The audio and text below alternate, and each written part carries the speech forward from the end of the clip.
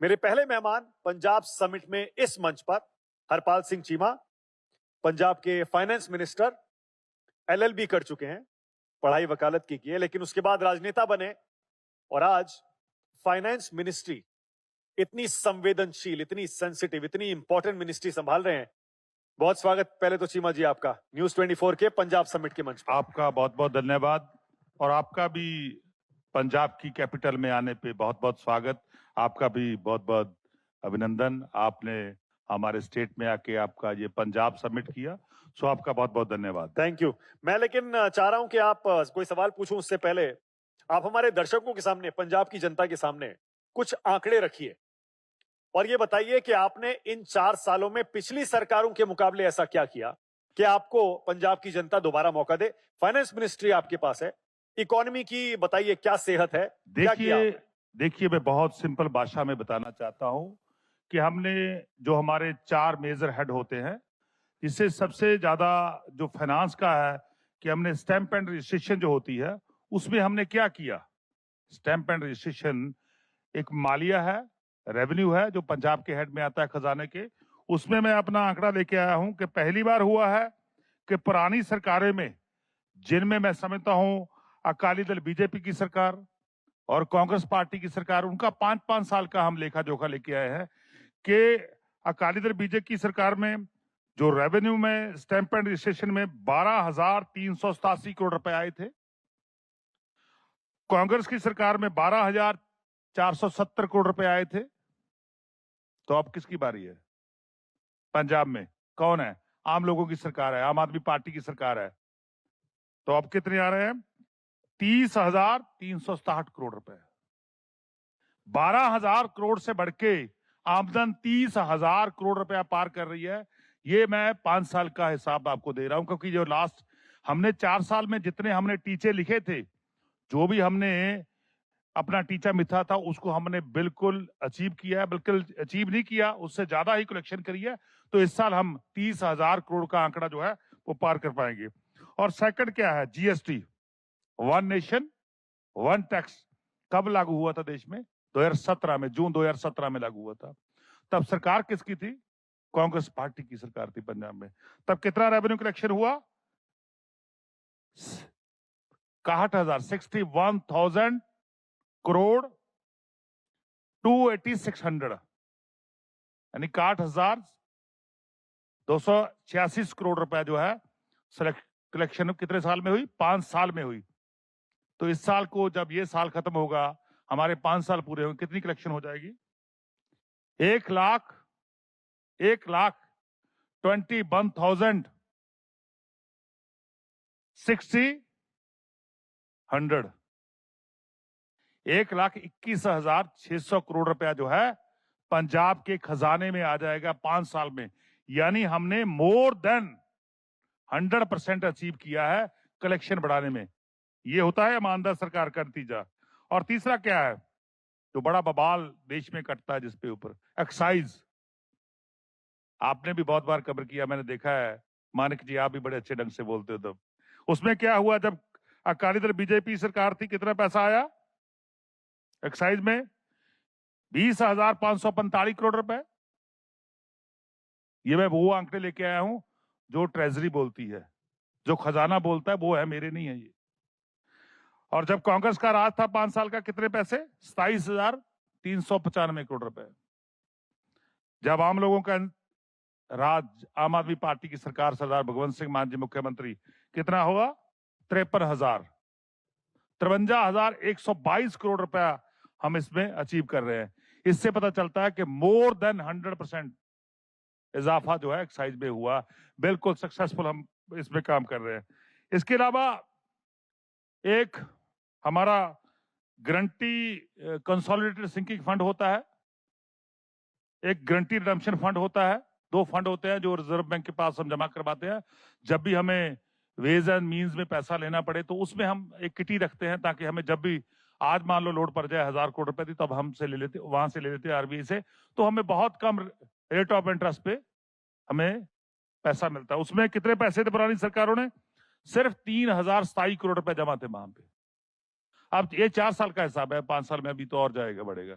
तो हमने इसमें 11,720 करोड़ रुपए जमा करवाए हैं। सो इसका मतलब है कि हम लगातार अपनी बचत को भी जो है बढ़ा रहे हैं और लगातार इनकम भी बढ़ा रहे हैं। और ये नहीं कि हमने खर्चा कितना किया, इस पे भी सवाल होना पड़ेगा आपको। मैं आ रहा हूं, उसी पे आ रहा हूं।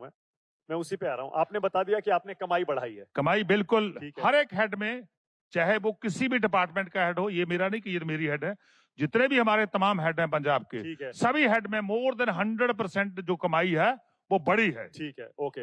लेकिन पंजाब को एक समय में चीमा जी ग्रोथ इंजन कहा जाता था, पूरे देश का ग्रोथ इंजन।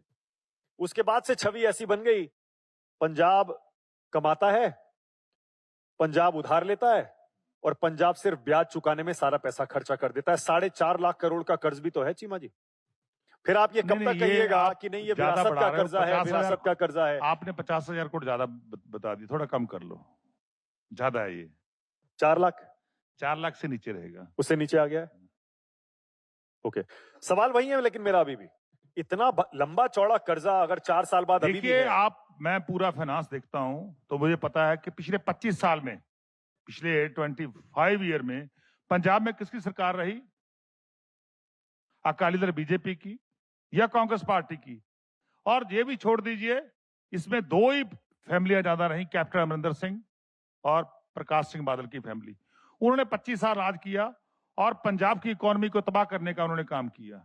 कोई भी ऐसा काम नहीं किया जिससे पंजाब की इकोनॉमी को थोड़ा बूस्ट मिले। तो मैंने जितने पुराने आंकड़े बताए हैं कि हमने 4 साल में यहां हम खड़ गए हैं और 5वें साल पे यहां जाएंगे, तो हम लगातार, हमारा जो ग्रोथ है इकोनॉमी में हो रहा है। तो डेट टू जीडीपी रेशियो, जो डेट टू जीडीपी रेशियो थी वो 48 पॉइंट से ज्यादा थी, 48.55 थी डेट टू जीडीपी रेशियो। आज कितनी हो गई? 45.16, यानी कि हमने 3% से उसमें डिक्रीज किया है, 3% डिक्रीज हुआ है। ये बहुत बड़ी अचीवमेंट है। इतनी गारंटियां को लागू करके हम 5 गारंटियां देके, हमारे नेशनल कन्वीनर अरविंद केजरीवाल ने 5 गारंटियां दी थी। सरदार भगवंत सिंह मान जी, माननीय मुख्यमंत्री साहब की अगुवाई में हमने 5 की 5 गारंटियां जो है 4 साल में पूरी कर ली। विद इन 4 ईयर हमने वो उनको अचीव कर लिया। तो अब ये अचीव करने के पीछे यही मंतव्य था कि हमारा जो पैसा इतना बड़ा, उसी के साथ ये पॉसिबिलिटी हो पाई, अदरवाइज ये नामुमकिन था। नहीं, लेकिन सवाल मेरा अभी भी वही है। ग्रोथ इंजन पंजाब कहा जाता था, इसका मतलब ये आपका सारा पैसा या तो ब्याज देने में जा रहा है, या फिर विपक्ष कहता है कि आप सिर्फ फ्रीबीज बांटने में, चुनाव जीतने में अपना सारा पैसा खर्चा कर रहे हैं। देखिए, ग्रोथ कहां से करेंगे, इंफ्रास्ट्रक्चर कहां से बनाएंगे चीमा जी? बिल्कुल, इंफ्रास्ट्रक्चर की बात आई, कैपिटल की बात आई, आपने बोला कि कैपिटल एक्सपेंडिचर कितना है। पुरानी सरकार कांग्रेस बीजेपी 12,000 करोड़ रुपया 5 साल में, कितना एक्सपेंडिचर? 12,000 करोड़ रुपए का। जब कांग्रेस की पार्टी आई, कितने पैसे? 19,000 करोड़ रुपया, सिर्फ 7,000 करोड़ ज्यादा कर पाई। तो अब किसकी सरकार है? भगवंत मान जी की सरकार है।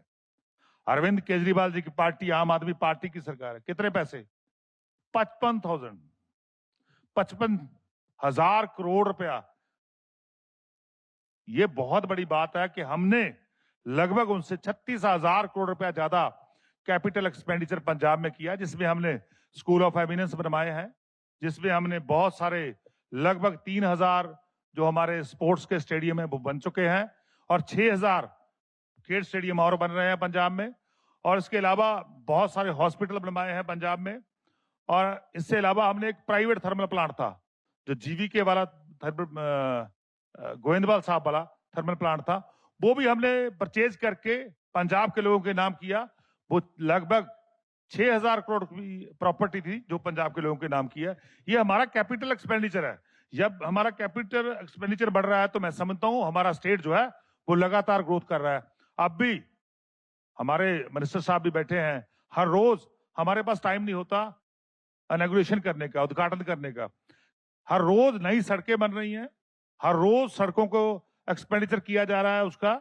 तो इसका मतलब है कि पंजाब में एक ऐसी सरकार काम कर रही है जो इंफ्रास्ट्रक्चर भी बढ़ा रही है और स्टेट का मालिया भी बढ़ा रही है। अच्छा, आपने जो वादे किए थे चुनाव जीतने से पहले, उसमें से कितने वादे पूरे हो गए चीमा जी और कितने बाकी हैं? ईमानदारी से बता दीजिए, हालांकि अभी आपके पास टाइम है, अभी चुनाव से पहले हैं 8-10 महीने। मैं पहले बोला हूं कि 5 गारंटियां दी थी हमारे नेशनल कन्वीनर अरविंद केजरीवाल जी ने, पंजाब के माननीय मुख्यमंत्री सरदार भगवंत सिंह मान जी ने 5 गारंटियां दी थी। सबसे पहली गारंटी क्या थी, मेरे को याद है, क्योंकि पंजाब का आपने पहले बॉर्डर बोला कि बॉर्डर स्टेट है, तो बॉर्डर स्टेट हमारा 555 किलोमीटर जो है पाकिस्तान से लगता है ज्यादातर।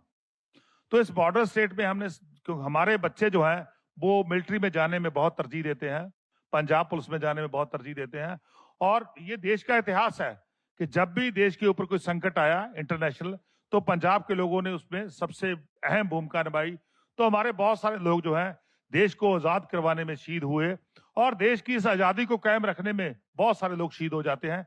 तो हमने हमारे जो एक्स सर्विसमैन थे या सर्विस थे, इन सर्विस थे, उनसे वादा किया था कि हम आपको, कोई भी व्यक्ति पंजाब के लिए, देश के लिए शहीद होगा तो उसको हम सम्मान के तौर पे उसके परिवार के साथ खड़े होने का संकेत देते हुए 1 करोड़ रुपए की सम्मान राशि देंगे। तो बिल्कुल पंजाब पुलिस के जवानों को, चाहे वो होमगार्ड का हो, चाहे पंजाब पुलिस का हो, चाहे मिलिट्री का हो, बीएसएफ का हो, सीआईएसएफ का हो, सीआरपीएफ का हो, उन सबको हम, जो पंजाब का रहने वाला है उसको हम 1 करोड़ रुपया सम्मान राशि देते हैं यदि वो देश की सरहद के ऊपर शहीद होता है। ये पहला ही हमने फैसला किया था, और मैं याद हो मेरे, ये पहला फैसला हमारी 3 महीने में जो पहली कैबिनेट, जितनी कैबिनेट हुई थी उनके भीतर लिया गया।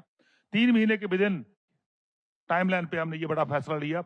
और इसके अलावा एक बहुत बड़ा फैसला था, वो था क्या कि 300 यूनिट फ्री भी पंजाब के लोगों को देने के लिए। आप कहोगे, बोलोगे अब यही हमारे कंसेप्ट के ऊपर बीजेपी आई है ना, अब वो भी यही ऐसा ही कर रही है। फ्री बिजली। हाँ, फ्री बिजली। हाँ, फ्री बिजली। तो फ्री बिजली 300 यूनिट देने का मेरे बिल्कुल पूरा याद है। मैं सरदार भगवंत सिंह मान जी की उस कैबिनेट का हिस्सा था, हम सब लोग बैठे थे, तो हमने फैसला किया कि 600 यूनिट, क्योंकि हमारा बिल साइकिल 200 का है, तो 600 यूनिट फ्री बिजली देनी है पंजाब के लोगों को। ये पहले 3 महीने में पंजाब में फैसला हुआ था। आज लगभग इस स्कीम को लागू हुए 4 साल से ऊपर का समय हो गया है, तो लगातार पंजाब के लोगों को, 90% लोगों को बिजली का बिल जीरो आ रहा है। 90% लोगों को जीरो बिल आ रहा है। यस, जीरो बिल आ रहा है। कितना फ्री दे रहे हैं आप? 600 यूनिट। 600 यूनिट 2 मंथ का, 2 मंथ का 600 यूनिट हो गया। सो ये 2 फैसले बड़े थे जो हमने 3 महीने में लागू किए। और तीसरा बड़ा फैसला था, जब मेरे को याद है कि मैंने जून में बजट पेश किया था, तो शिक्षा का बजट, एजुकेशन का बजट, उसमें मैंने 57% का इजाफा किया था। 57% का इजाफा किया था। तो आज पंजाब के जितने भी स्कूल हैं, चाहे वो प्राइमरी स्कूल हैं, चाहे वो मिडिल स्कूल हैं, चाहे वो मैट्रिक के स्कूल हैं, चाहे वो सीनियर सेकेंडरी के स्कूल हैं, उनमें जो बेसिक इंफ्रास्ट्रक्चर है, चाहे वो दीवार की बात हो, चाहे क्लासरूम की बात हो, चाहे ग्राउंड बनाने की बात हो, चाहे वहां के बेसिक बच्चों बच्चियों के लिए टॉयलेट्स की बात हो, वो सबका, चाहे लाइब्रेरी की बात हो, चाहे लेबोरेटरी की बात हो, वो बेसिक, उसमें बहुत बड़ा सुधार जो हमने किया है। तो आज इसीलिए जब जेई का एग्जाम होता है, जेई का एग्जाम होता है या नीट का एग्जाम होता है, जिसको भारतीय जनता पार्टी ने आजकल मैं समझता हूं एक ऐसा बना दिया कि हर जगह पेपर लीक होता है, उसमें आज पंजाब के सरकारी स्कूलों के बच्चे, लगभग उनकी जो नंबर है वो मोर देन 400 है, तो उसमें आते हैं। ये बहुत बड़ी अचीवमेंट है। आप जब हमारे ऑनरेबल मिनिस्टर एजुकेशन आएंगे तो उससे बिल्कुल पूछना कि कितने बच्चे आए, तो आपको वो डिटेल में बताएंगे। तो हमने बहुत बड़ा सुधार किया है। और मोहल्ला क्लिनिक जो आप कह रहे थे, नहीं, मेरे को इसको कंप्लीट करने दीजिए ना, मोहल्ला क्लिनिक पे भी आते हैं। करिए। हमने जो हमारे सरकारी स्कूल हैं,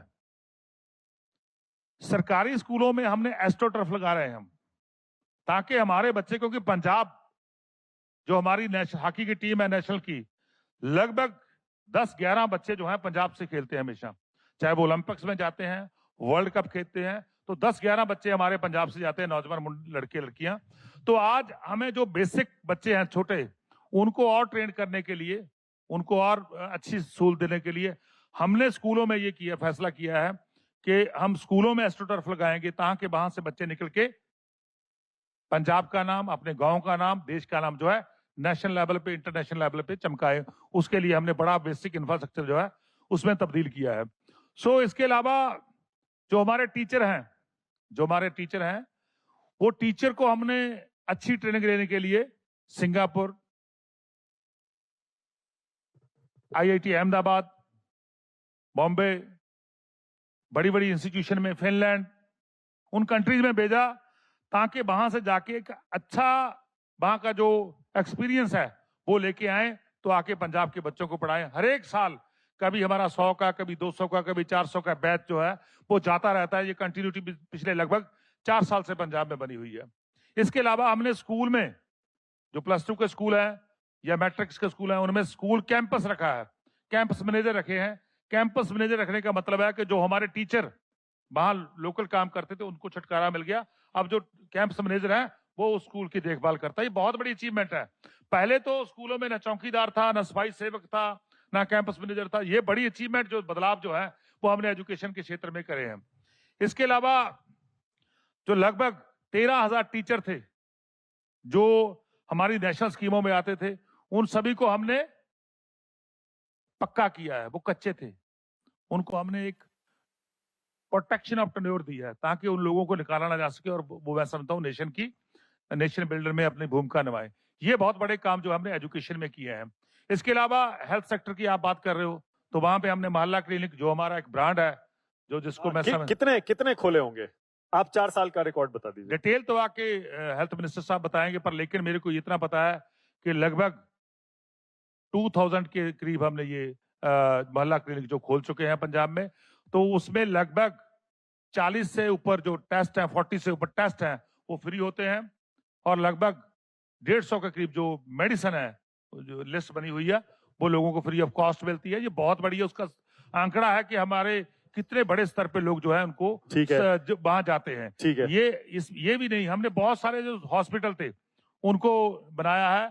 नए कॉलेज जो हैं वो बन रहे हैं पंजाब में, मेडिकल कॉलेज बन रहे हैं। अभी अभी हमने एक प्राइवेट पार्टी थी, उसके साथ एक नया कॉलेज जो हमारे हल्के में आता है, हमारे पड़ोस के हल्के में आता है, दोनों हल्के में आता है, दड़बा और लहरा, 2 विधानसभा है, उनके विचकार एक कॉलेज नया बनाया है। और जिससे मैं समझता हूँ आने वाले समय में जो हमारा हरियाणा का बॉर्डर है, खनौरी, इसके ऊपर का जींद वगैरह, वहां से भी लोग जो है वो स्कूल अवेल करेंगे। एक वादा जो आपने पूरा नहीं किया चीमा जी, और वो डायरेक्टली आपकी मिनिस्ट्री के अंडर ही आता है। अभी तो मैं 3 पे आया हूँ, अभी 5 थोड़ी फिर भी याद दिला देता हूँ।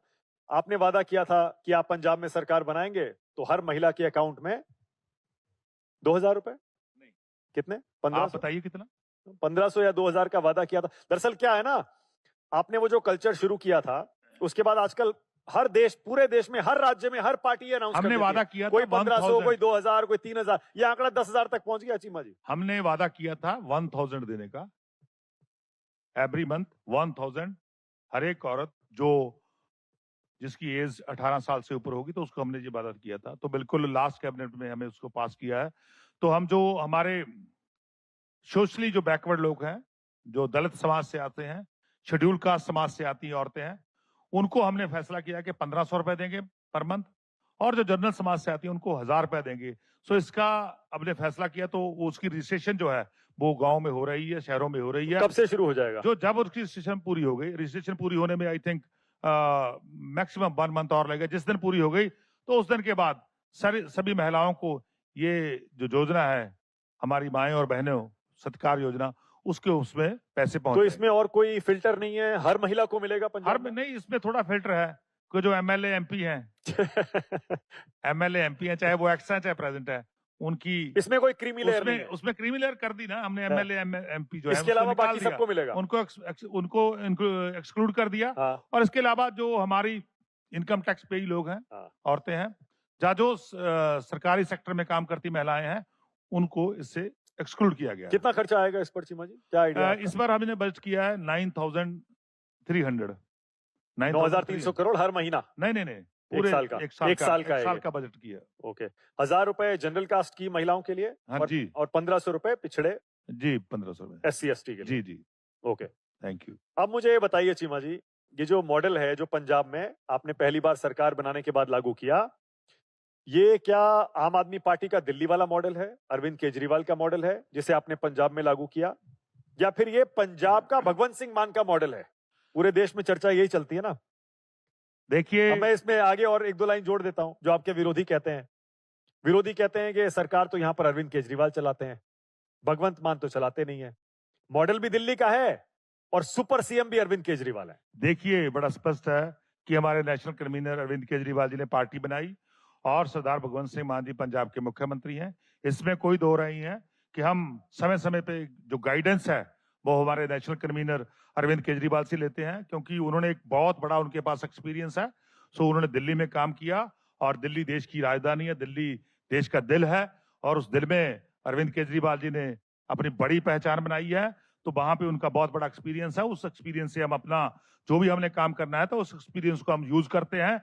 सो बिल्कुल ये मोहल्ला क्लिनिक का मॉडल दिल्ली का मॉडल था, ये स्कूल ऑफ एमिनेंस बनाने का दिल्ली का मॉडल था, बच्चों को अच्छी शिक्षा देने का। वहां पे आपको पता होगा दिल्ली में प्राइवेट स्कूलों से बच्चे जो प्राइवेट स्कूल छोड़ छोड़ के सरकारी स्कूलों में आ रहे हैं, तो वही मॉडल जो है यहाँ भी हो रहा है। जहां भी प्राइवेट स्कूल छोड़ के बच्चे सरकारी स्कूलों में भर्ती हो रहे हैं वहां पे अपनी एडमिशन ले रहे हैं।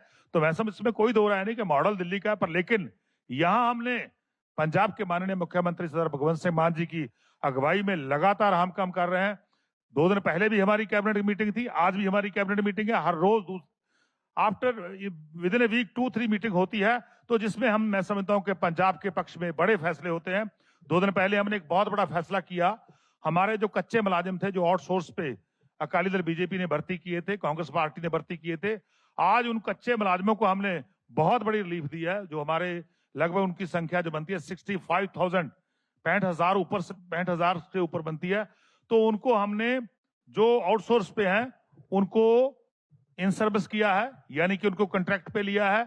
जिनका एक्सपीरियंस 3 ईयर 5 ईयर होगा उनको हमने कैटेगरी में बांटा है कि कौन सी कैटेगरी कितना एक्सपीरियंस होगा, तो कॉन्ट्रैक्ट पे लेंगे। जो कॉन्ट्रैक्ट पे हैं जिनका tenure length of the service 10 year हो गया, तो उनको हमने पक्के करने का फैसला किया। ये बहुत बड़ा फैसला है। तो इससे मैं समझता हूं पंजाब के जो नौजवान हैं उनमें कॉन्फिडेंस आएगा, क्योंकि इससे पहले हमने लगभग 65,000 नौकरियां लोगों को दे चुके हैं, नौजवान यंगस्टर को दे रहे हैं। इसीलिए जो पंजाब का ब्रेन ड्रेन हो रहा था, जो आप भी कई बार मैं देखा है चलाते हो कि पंजाब का ब्रेन ड्रेन हो गया जी, पंजाब का नौजवान कनाडा चला गया, जाते हैं यूएसए अभी भी जा रहे हैं। नहीं, अभी वो डिक्लाइन आया है। डिक्लाइन आया है। आपने रिपोर्ट पढ़ी होगी बहुत सारे न्यूज़पेपर। आपके पास कोई आंकड़ा है सरकारी आंकड़ा? नहीं, मेरे पास सरकारी आंकड़ा नहीं है, पर लेकिन जो एक आंकड़ा निकल के आया था, तो एक न्यूज़पेपर बहुत बड़ी छपी थी कि पंजाब में जो पासपोर्ट बनाने का रुझान था उसमें बहुत बड़े स्तर पे कमी आई है, क्योंकि लोगों को समझ आ गया कि अब कनाडा के हालात क्या हैं, यूएसए के हालात क्या हैं, ऑस्ट्रेलिया के हालात क्या हैं। तो अब पंजाब जो है सरदार भगवंत सिंह मान जी की अगुवाई में आगे बढ़ रहा है। तो इस आगे बढ़ने वाले पंजाब में अपनी किस्मत को हमारा यंगस्टर आजमा रहा है। हमने लगभग 1.5 लाख करोड़ का निवेश किया है पंजाब में। पिछले 4 वर्ष में 1.5 लाख करोड़ का निवेश आया है। पंजाब जो 15 स्थान पे था, 15वें स्थान पे था फॉरेन डायरेक्ट इन्वेस्ट में, अब हमने उसको 4 पॉइंट उसमें सुधार किया। हम 11 यानी 11वें स्थान पे आ चुके हैं। अभी भी लेकिन ज्यादा पैसा तो महाराष्ट्र में, गुजरात में, दक्षिण के 2-3 राज्यों में जा रहा है। ये भी तो सच है ना चीमा जी? देखिए, सच तो बहुत कुछ है। आप बताइए पिछले 10 दिन में कितना फॉरेन का पैसा बढ़ रहा हुआ है। पूरी दुनिया में सबसे ज्यादा मोदी साहब की सरकार में जो फॉरेन की इन्वेस्टमेंट हिंदुस्तान में हुई थी, भारत में हुई थी, सबसे ज्यादा लास्ट कपल ऑफ मंथ में वो विड्रॉ हुई है, वो वापस गई है। इससे पता चलता है कि भारत देश की पॉलिसीज, मोदी साहब की पॉलिसीज, खास करके इंडस्ट्री की पॉलिसी हो, चाहे वो इकोनॉमिक की पॉलिसी हो, वो बुरी तरह फेल हो रही है सामने। ठीक है। आज भी आपको पता होगा सुबह सुबह किसका झटका लगा था। सुबह आज क्या लगा? Commercial gas cylinder. तो इसमें सरकार क्या कर सकती है? तो सरकार इसमें क्या कर सकती है? युद्ध जो हुआ है उसमें भारत का क्या लेना देना है? हॉर्मुज बंद हो गया, तेल गैस की सप्लाई प्रभावित हो गई, हॉर्मुज बंद हो गया, दाम बढ़ाना पड़ा। नहीं, इसमें कोई शक नहीं कि हॉर्मुज बंद हो गया। आपको भी पता, मेरे को पता, देश को भी पता है। पर क्या हमारे देश को यूएसए चलाएगा? क्या हमारे देश को ट्रंप साहब चलाएंगे? वो बोलते हैं कि यूएसए से तेल ले लो। ये मोदी साहब ने ऐसा लगता है कि देश को बस्ती बनाने का काम कर दिया। जो बस्ती जिस गुलामी को तोड़ के शहीद आजम भगत सिंह के साथियों ने, राजगुरु सुखदेव जी ने देश को आजाद करवाया था। अमेरिका से कहा, बस्ती बाद में अमेरिका से बहुत देश को धकेल रहे हैं। आज भी सबसे ज्यादा तेल तो रूस से ही ले रहे हैं। देखिए, बाकी राज्यों और देशों से ले रहे हैं। ये डिक्टेट कौन कर रहा है ना? ये देश की सॉवरेंटी को कौन टच कर रहा है भाई? हमारे स्वाभिमान को कौन ठेस पहुंचा रहा है? यूएसए। अरे मोदी साहब कहते हैं हमारा 56 इंच का सीना था, तो कब कहां चलेगा मोदी साहब का सीना? वो ये बताना होगा देश के सामने। आज मैं देख रहा हूं देश की अर्थव्यवस्था लड़खड़ा रही है और देश की फॉरेन पॉलिसीज टोटल फेल हो चुकी हैं। मोदी साहब फॉरेन के दौरे पे तो बहुत जाते हैं, घूमने का उनको बहुत शौक है, पर लेकिन कहीं ना कहीं वो अपनी एक मजबूत जो है फॉरेन पॉलिसी रखने में फेल आप हुए हैं। मोदी जी पर इतना हमला करते हैं यहां से, पंजाब से आम आदमी पार्टी, आपका मुकाबला तो लेकिन पंजाब में बीजेपी से नहीं है ना चीमा जी? पंजाब में आपका मुकाबला कांग्रेस से माना जाता है। कहा जाता है तीसरा अगर कोई फ्रंट बनेगा वो शायद बीजेपी या फिर अकाली दल मिलकर हो सकता है बना ले। देखिए सही कह रहा हूं ना? बात ये है ना, देश पे कौन राज करता है? भारतीय जनता पार्टी। पिछले लगभग 13 साल हो गए देश को ऊपर राज करते मोदी जी को। मैं देख रहा था कि आरबीआई का कितना पैसा उन्होंने जो डिविडेंड का कितना पैसा निकाल लिया, 14,29,000 करोड़ रुपया। पिछले 13 साल में जो डिविडेंड के पैसे थे, जो मैं समझता हूं स्टेटों की इकोनॉमी में बांटने चाहिए थे, क्योंकि हमने भी उसमें अपना कंट्रीब्यूट किया, आपने भी किया, पंजाब ने किया, दिल्ली ने किया, हरियाणा ने किया, तो वो डिविडेंड अकेला सेंट्रल सरकार लेके बैठ गया। बैठ गया नहीं, वो तो कहते हैं जनता के लिए खर्च किया। 22 राज्यों में सरकार बना ली उन्होंने चीमा जी, इसीलिए तो 22 राज्यों में लोकप्रिय है पूरे देश में मोदी इसका जी। मतलब वो देश के फेडरल स्ट्रक्चर को तोड़ रहे हैं, देश के फेडरल स्ट्रक्चर को खत्म करने का काम कर रहे हैं। इस देश में जितने स्टेट हैं उनकी इकोनॉमी कैसे चलती है? हम देश को कंट्रीब्यूट करते हैं, पंजाब करता है, महाराष्ट्र करता है, दिल्ली करता है, सब करते हैं, इसमें कोई शक नहीं। अपना चाहे वो इनकम टैक्स का पैसा हो, चाहे अपना जो भी उनका सोर्सेस है उसमें सभी लोग कंट्रीब्यूट करते हैं। पंजाब क्योंकि एग्रीकल्चर स्टेट है, पंजाब गेहूं में, धान में सबसे ज्यादा देश के फूड बाउल में पंजाब ही कंट्रीब्यूट करता है। और लगभग 1970 से लेके आज 2026 आ गया, 56 साल से ऊपर से समय हो गया, पंजाब देश के लोगों का पेट भर रहा है, इसमें कोई दो राय नहीं। लगातार हम कंट्रीब्यूट कर रहे हैं, पर लेकिन जो हमारा नेशनल फूड बाउल में जैसे हमारा गेहूं और धान जाता है, वैसे ही हमारा इनकम टैक्स भी जाता है, वैसे ही हमारा जीएसटी जाता है, वैसे ही जो डिविडेंड सरप्लस होता है वहां आरबीआई के लिए, वो क्यों नहीं डिविजिबल पूल में डालते, वो क्यों नहीं स्टेटों में बांटते? ये तो बहुत बड़ा क्वेश्चन चिन्ह जो है बीजेपी के ऊपर खड़ा हुआ है ना, क्योंकि वो फेडरल स्ट्रक्चर को तोड़ना चाहते लेकिन हैं। चीमा जी, स्टेट जो देश के जो मैं समझता हूं हमारा एक ऑटोनॉमी का सिस्टम बना हुआ, हाँ। इकोनॉमी का सिस्टम बना हुआ, उसको तोड़ना चाहते हैं। आप देख लीजिए हमारा पड़ोसी हिमाचल है, वहां की इकोनॉमी जो है तहस नहस कर दी लोगों ने। जहां जहां अपोजिशन की सरकारें हैं, क्योंकि मैं जीएसटी काउंसिल में जाता हूं, तो वहां हम बोलते रहते थे, पर लेकिन नहीं सुनता कोई आदमी। तो इसका मतलब है ये नहीं होगा कि one nation one election, one party और वन नेशन नहीं होगा। ओके। लेकिन चीमा यहाँ जी, पे मल्टीपल देखिए, पार्टीज हैं, पर चीमा जी ये भी सच है, ये भी सच है। मल्टीपल पार्टीज हैं, उनको मैं समझता हूं अपना कंट्रीब्यूट बहुत लंबे समय से ठीक है, उन्होंने पर ये मान लोकतंत्र में लीजिए किया चीमा है, जी, डेमोक्रेसी में किया, ठीक तो मैं है। समझता हूं अब ये भी कायम रहना चाहिए। लेकिन मान लीजिए ये भी कि मोदी जी का मॉडल पूरे देश में चल रहा है इस समय। आपका दिल्ली का मॉडल दिल्ली में ही फेल हो गया, हार गए आप दिल्ली में, बीजेपी ने हरा दिया आपको। देखिए बड़ा स्पष्ट है, जब से भारतीय जनता पार्टी ने ईडी का, सीबीआई का, इनकम टैक्स का, एसआईआर का, इलेक्शन कमीशन का दुरुपयोग शुरू किया है, तब से मैं समझता हूं लगातार डेमोक्रेसी खतरे में है। अब वहां पे वोट काट दिए जाते हैं, अब हमारी एसआईआर चल रही है, तो क्या हो रहा है? अभी मैं देख रहा था कि लगभग 35 लाख वोट जो है उनके ऊपर खतरा मंडरा रहा है कि वो उनकी वोट कट जाएगी। जब 35 लाख लोगों की वोट कट गई भाई, तो कौन जीतेगा कौन हारेगा कैसे पता चलेगा? एक हल्के में 10,000 से लेकर 20,000 25,000 वोट कट गई तो कैसे पता चलेगा? ये भारतीय जनता पार्टी की सरकार है। वेस्ट बंगाल में सरकार कैसे बनी? पहले ईडी भेजी गई, सीबीआई भेजी गई, डराया गया, धमकाया गया, इनकम टैक्स के अधिकारी भेजे गए, फिर लास्ट में इलेक्शन कमीशन का दुरुपयोग किया, एसआईआर करेगी, 90 लाख वोट काट दिए गए। तो 90 लाख वोट काटने के बाद भारतीय जनता पार्टी ने सरकार बनाई। ये विजय रथ नहीं है, ये तो उन लोगों के वोट काटे हैं, उनका चोरी रथ चल रहा है। चीमा जी, उन लोगों के वोट काटे हैं जो तो या तो जिनकी मृत्यु हो गई, जो शिफ्ट हो गए, या जो डुप्लीकेट एंट्री है, उन लोगों के काटे हैं। वापस जुड़वा सकते हैं आप लोग। देखिए ऑपोजिशन के लोग इन लोगों को ढूंढ कर इनके नाम जुड़वा सकते हैं अगर गलत काटे। बात सुनो, आप तभी एसआईआर क्यों करते हैं जब इलेक्शन नजदीक होता है? मेरे को ये बताइए कि सेंटर सरकार पूरे देश में हो रहा है अब तो एसआईआर। मेरी बात सुनो, एसआईआर जब अब यूपी में तो एक अगले साल है, पंजाब में भी अगले साल चुनाव है। नहीं, इसी साल में लास्ट में है एंड ना? में है, वही तो मैं कह रहा हूं। इस समय क्यों शुरू किया?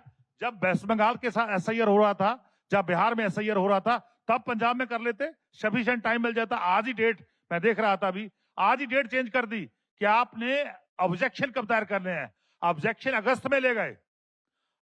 ऑब्जेक्शन दायर करने का समय अगस्त से लेकर सितंबर तक का है, यानी कि ऑब्जेक्शन दायर हो गए 9th मंथ में जाके, उसको डिसाइड कब करेंगे? दिसंबर में, और जनवरी में कोर्ट लग जाएगा। तो इसका मतलब जितने वोट काटेंगे तो करते रह गए, तो समय नहीं मिलेगा। बहुत सारे लोग जो देहात से आते हैं, वो गरीब लोग होते हैं, उनको पता ही नहीं होता कि हमारा नंबर कितना है। वो उनके पास वो डिजिटल तो है नहीं बेचारे, उनके तो वोट काटने बड़े आसान है। तो बहुत स्पष्ट है देश को कि भारतीय जनता पार्टी ने ईडी को, सीबीआई को, इनकम टैक्स को, एसआईआर को टूल बना के इस देश की लोकतंत्र को खत्म करने का ठान रखी है। पर लेकिन पंजाब एकमात्र देश का वो राज्य है जो देश की एकता और अखंडता के लिए खड़ा है।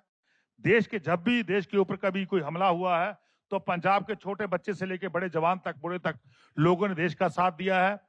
देश आपकी बातों से ऐसा लग रहा है कि इस बार बीजेपी को आप पंजाब में गंभीरता से ले रहे हैं, क्योंकि आपका हमला मैं देख रहा हूं कांग्रेस पर कम है, अकाली पर कम है, बीजेपी पर ज्यादा है। देखिए, अकाली दल बीजेपी वो पार्टी है, जब यहां पे सत्ता में थी तब इन लोगों ने पंजाब में हमारे धार्मिक गुरुओं को नहीं छोड़ा। सबसे बड़े स्तर पे पंजाब में बेअदबी हुई, और उस बेअदबी के खिलाफ सख्त कानून किसने बनाया? सरदार भगवंत सिंह मान जी ने बनाया। द जागत जोत श्री गुरु ग्रंथ साहब सत्कार एक्ट 226 तो हमने बनाया। तो पंजाब के लोगों को पता है अकाली दल तो नायब सिंह सैनी भी आ रहे हैं पगड़ पहन के। अरे पंजाब में देखा नहीं आपने? बार बार आ रहे हैं। जितना मर्जी ड्रामा कर लें, पंजाब के लोगों को पता है कि भारतीय जनता पार्टी ड्रामा करने की माहिर पार्टी है, तो यहाँ पे कोई मुंह नहीं लगाएगा। पंजाब के लोगों को पता है 3 ब्लैक लॉ जब किसानों के खिलाफ बनाए थे तो किसने बनाए थे? भारतीय जनता पार्टी ने। तो कितने किसानों की मृत्यु हुई थी? कितने किसान शहीद हुए थे? 750 से ऊपर। तो पंजाब के लोग जो है वो बीजेपी को कभी टच नहीं करेंगे, और पंजाब के लोग कांग्रेस को करेंगे। एक बार फिर सरदार भगवंत सिंह मान जी के ऊपर, आम आदमी पार्टी के ऊपर कांग्रेस से टक्कर है बीजेपी से। कांग्रेस तो अब मैं समझता हूँ खत्म हो चुकी पार्टी है, क्योंकि उनके जितने भी पंजाब में लीडर हैं सभी मुख्यमंत्री बनना चाहते हैं। तो जिस पार्टी में 10-12 लोग मुख्यमंत्री बनने चाहते हो, उसका भविष्य आप ही सोच सकते हो, उसका क्या फ्यूचर होगा, तो आप ही आंकड़ा लगा सकते हो। पार्टी आपकी टूट रही है, आप कह रहे हैं कांग्रेस खत्म हो गई, बीजेपी खत्म हो गई, कोई टक्कर में नहीं है। 7 सांसद आपके पंजाब के राज्यसभा के छोड़ के चले गए। देखिए, उनके ऊपर प्रहार 10 में से 7। बिल्कुल आपकी बात सही है। उनके ऊपर प्रहार किसका किया? ईडी का, सीबीआई का। 3 दिन पहले ईडी किसके घर पे आई थी? सीबीआई किसके घर पे आई थी? अशोक मित्तल जी के घर पे आई थी। यानी 3 दिन पहले वो अक्यूज था, 3 दिन पहले वो दोषी था भारतीय जनता पार्टी के टूल ईडी का। 3 दिन बाद वो भारतीय जनता पार्टी में शामिल हो गया, तो उसको वॉशिंग मशीन से नहा धुला के लाइन में लगा दिया। तो उनके 2-3 साथियों को और जो इंडस्ट्रियलिस्ट थे उनको डराया गया, भाई आपके घर आ रहे हैं, तो बेचारे वो पहली पतली गली से निकल गए। तो इसका मतलब बड़ा स्पष्ट है कि इस देश का मैं बहुत जो 7 सांसद गए 7 करप्ट हैं क्या? करप्ट नहीं, उनको डराया गया। वो इंडस्ट्री चलाते हैं, बहुत सारे ऐसे लोग हैं वो इंडस्ट्री चलाते हैं। हमने तो उनका चयन किया था। हरभजन सिंह का चयन क्यों किया था? क्योंकि देश के बहुत बड़े क्रिकेटर हैं, पंजाब से आते हैं। हमारी जो यंग जनरेशन है, हमारे बच्चे हैं, उनको कहीं ना कहीं उनसे प्रेरणा मिलेगी। वो कहेंगे यार हरभजन सिंह खेलता खेलता देश का पॉलिटिशियन बन गया, देश की राज्यसभा में चला गया, पर लेकिन उन्होंने भी कोई काम नहीं किया। हम क्या करें भाई इसमें? आपको क्यों चले गए? आपको हम बना दें मान लो राज्यसभा का मेंबर, आप वहां मुद्दा ना उठा पाए पंजाब का, तो हम क्या करेंगे? तो हरभजन क्यों चले गए? तो हरभजन सिंह को पता ही आपको यार, आपको नहीं पता? आप बता देश की बीसीसीआई में क्या करते हैं वो? कमेंट्री करते हैं। आपकी कमेंट्री बंद कर दी जाएगी भाई, इधर आ जाओ, वरना ऐसे बोलते हैं बीजेपी। वो तो कुछ और लिख रहे हैं सोशल मीडिया पर हरभजन। वो तो अपनी चमड़ी बचाने के लिए कोई ना कुछ लिखेगा ना, कोई ना कोई भी मैंने कैसे बच रहा है। पर लेकिन सच ये है, आपको पता होगा जब से नवजोत सिंह सिद्धू पंजाब की पॉलिटिक्स से आउट हुए हैं, क्या कर रहे हैं? क्या कर रहे हैं वो बताओ? तब से कमेंट्री कर रहे हैं, पहले उनकी कमेंट्री बंद थी। हम तो सुन रहे हैं सिद्धू जी वापस आ सकते हैं, बहुत चर्चा चल रही है। आ जाए, इसमें कोई शक नहीं। पहले इस बार चर्चा है कि वो कांग्रेस में नहीं, इस बार शायद बीजेपी में जा सकते हैं। देखिए, आ जाए। पंजाब के लोगों ने उसको भी टेस्ट किया हुआ, 5 साल वो मंत्री रहे हैं, 1.5 साल तो वो एक डिपार्टमेंट का उन्होंने चार्ज नहीं लिया था, बिजली बोर्ड का चार्ज ही नहीं लिया था। तो इससे पता चलता है कि उसमें इतनी बिल पावर नहीं है कि वो पंजाब को रन कर पाए। अच्छा, ये राहुल गांधी और मोदी जी से में बेहतर नेता कौन है? अगर आपको चुनना पड़े, बेहतर कौन है राहुल और मोदी में? देखिए, राहुल और मोदी जी के बेहतर में मेरे को कोई नहीं लगता। तो हमारे तो नेशनल क्रिमिनल अरविंद केजरीवाल जी बहुत बेहतर हैं, बिल्कुल हमने उनको टेस्ट किया हुआ है।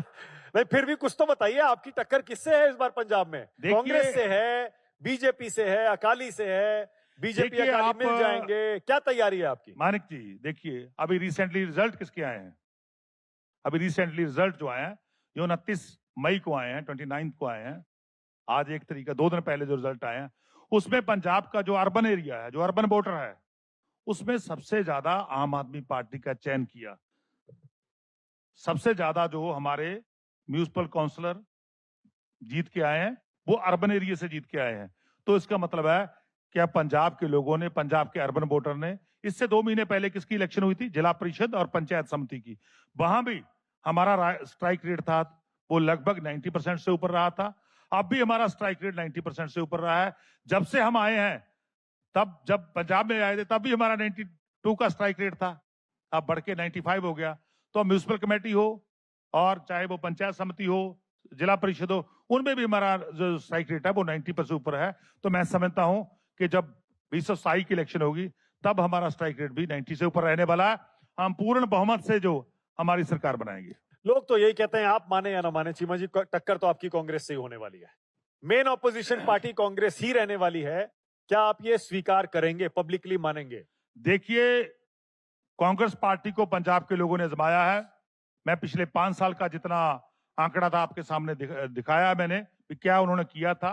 वो आए थे इस मॉडल से कि घर घर रोजगार देंगे, ये उनका मॉडल था, घर घर रोजगार देंगे, किसान का कर्जा माफ करेंगे, पंजाब में जिन लोगों ने गुरु ग्रंथ साहब की बेअदबी करी है उनको जेल में डालेंगे, पंजाब में करप्शन खत्म करेंगे। ना तो वो करप्शन खत्म कर पाए, बल्कि उनके राज्य में एक्साइज का माफिया, रेत का माफिया, लैंड का माफिया, ये माफिये जो अकाली दल बीजेपी ने शुरू किए थे वो बढ़ के आगे बढ़ गए। पर लेकिन उन सभी माफियों को हमने बहुत बड़े स्तर पे जो है कर्ब किया। मैं फिर से घुमा के पूछ रहा हूं, थोड़ा मुश्किल सवाल। चीमा जी, पंजाब का बेहतर मुख्यमंत्री आप किसे मानते हैं? कैप्टन अमरिंदर सिंह को या फिर सुखबीर सिंह बादल को? देखिए, सुखबीर सिंह बादल तो कभी पंजाब के मुख्यमंत्री बने नहीं, आपको नहीं शायद पता होगा। अरे वो सुपर सीएम तो उन्हें ही माना जाता था। नहीं। जब प्रकाश सिंह बादल सीएम थे तब भी कहते थे सुखबीर जी ही सरकार चलाते थे उनके लास्ट टर्म में। देखिए, बड़ा स्पष्ट है कि कैप्टन साहब एक फेल मुख्यमंत्री हुए। ये कांग्रेस पार्टी ने माना क्योंकि उनको लगभग 4.5 साल के बाद पद छोड़ना पड़ा। ये बहुत बड़ा, मैं समझता हूं आपके पास सबूत है, एविडेंस है कि उनकी पार्टी के अंदर ये ऐसी बगावत हुई, ये काम नहीं करता, इसको हटा दी जाए। तो 4.5 साल बाद हटा दिया, तो उसको तो उनकी पार्टी ने रिजेक्ट कर दिया, वो तो कभी सक्सेस हो नहीं सकते। और दूसरे बचे हैं हमारे सरदार भगवंत सिंह मान जी। तो मैं समझता हूं सबसे बेहतरीन मुख्यमंत्री सरदार भगवंत सिंह मान जी हैं। फिर से बनेंगे? बिल्कुल दोबारा बनेंगे। कुछ भविष्यवाणी करना चाहते हैं जाते जाते चीमा जी? बिल्कुल। कितनी सीटें, सीटों के लिहाज से बताइए। देखिए, पिछली बार हमारा जो आंकड़ा था आम आदमी पार्टी का वो 92 था, जब बहुत बड़ा एक आंधी चली थी। तब वो जो आंधी चली थी अब वो तूफान में तब्दील होगी। हमारा जो आंकड़ा है वो 100 से पार होगा। और बीजेपी कांग्रेस को कितनी सीटें आएंगी?